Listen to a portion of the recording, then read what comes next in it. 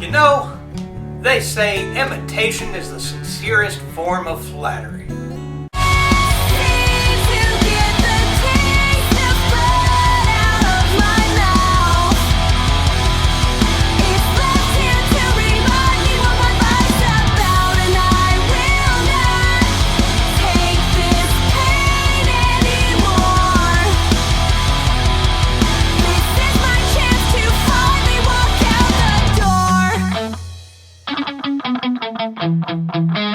Ladies and gentlemen, we are here to talk about a favorite drive-in movie, Blood Feast, sort of.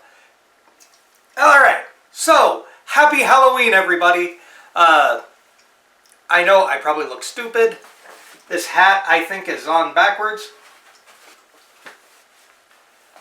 The hat was on backwards. Happy Halloween month. Yeah, as you can see, I'm supposed to be Joe Bob. You can't really see wearing the Joe Bob pants. But happy Halloween, that's as far as I'm going to take it. This isn't a Lone Star, it's a Diet Coke. So, what are we doing? Well, we have a special treat for you. My original thought process was for the month of November to do Blood Feast. Well, to do the feast month. The problem is I switched to 2 a month, so we wouldn't get through it. I really don't want to do one each week, so we're starting early.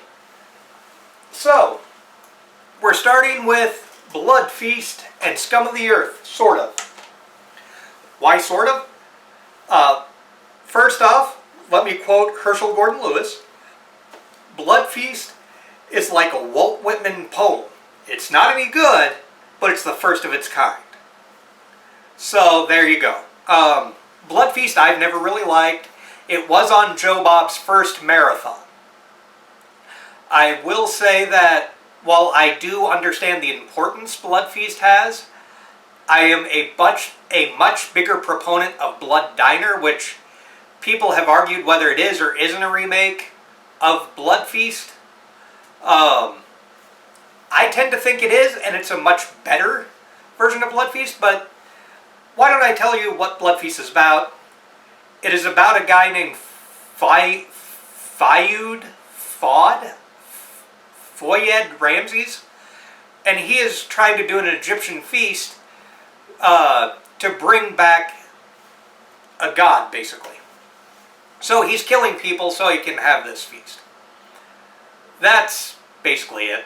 It's not a particularly well-acted movie, but it's not a particularly bad movie either. It is what it is.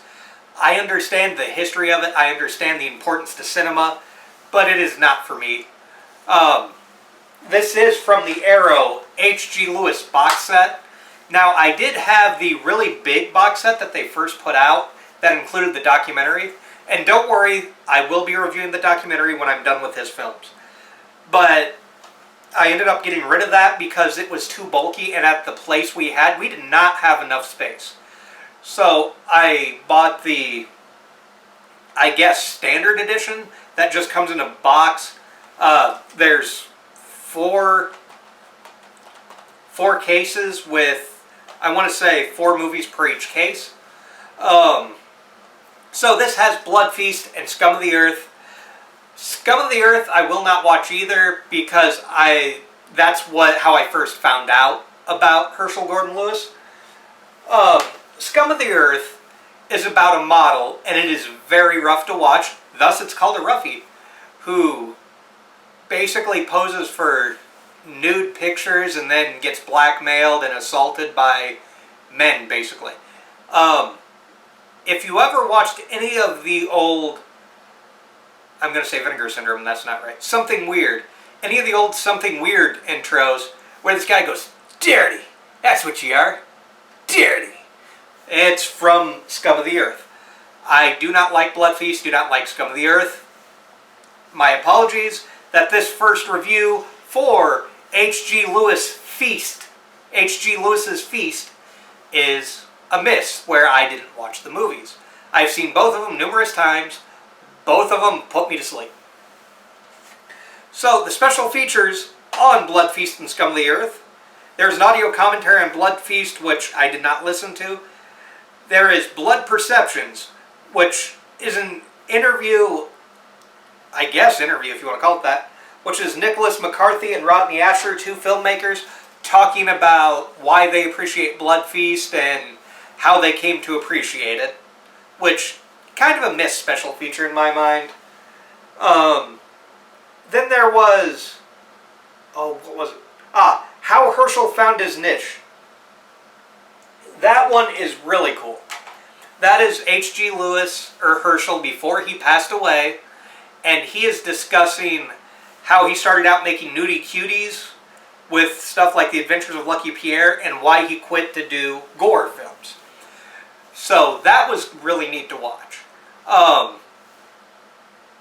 I'm going to assume that it's the same stuff covered in the documentary, because it's been a while since I've seen the documentary. And it seems like stuff he's mentioned before. So, do I recommend? Oh, and rounding out the features are like a promo gallery, trailers, an archival interview with Lewis and Friedman, which I'm sure has been covered elsewhere. So, do I recommend Blood Feast and Scum of the Earth? I do not. If you're into Lewis, that's great. Go with his later films. Try not to tip my hand too much. And I have a special story involving the next film we review, which is 2000 Maniacs. So again, do I recommend Blood Feast? No, I do not. I do not recommend Scum of the Earth either. But the saving grace is that's only one disc of this 2-disc set right here. So next we have 2000 Maniacs and Moonshine Mountain. So coming up in 2 weeks. So stay tuned for that. Remember to stay spooky, stay scary, take care, and I will see you next time.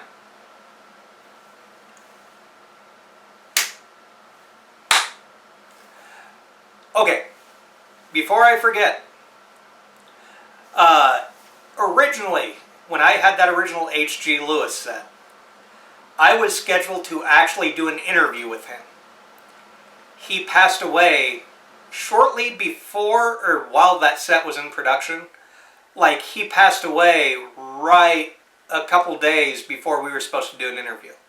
So, that was several years ago now, but he is sorely missed.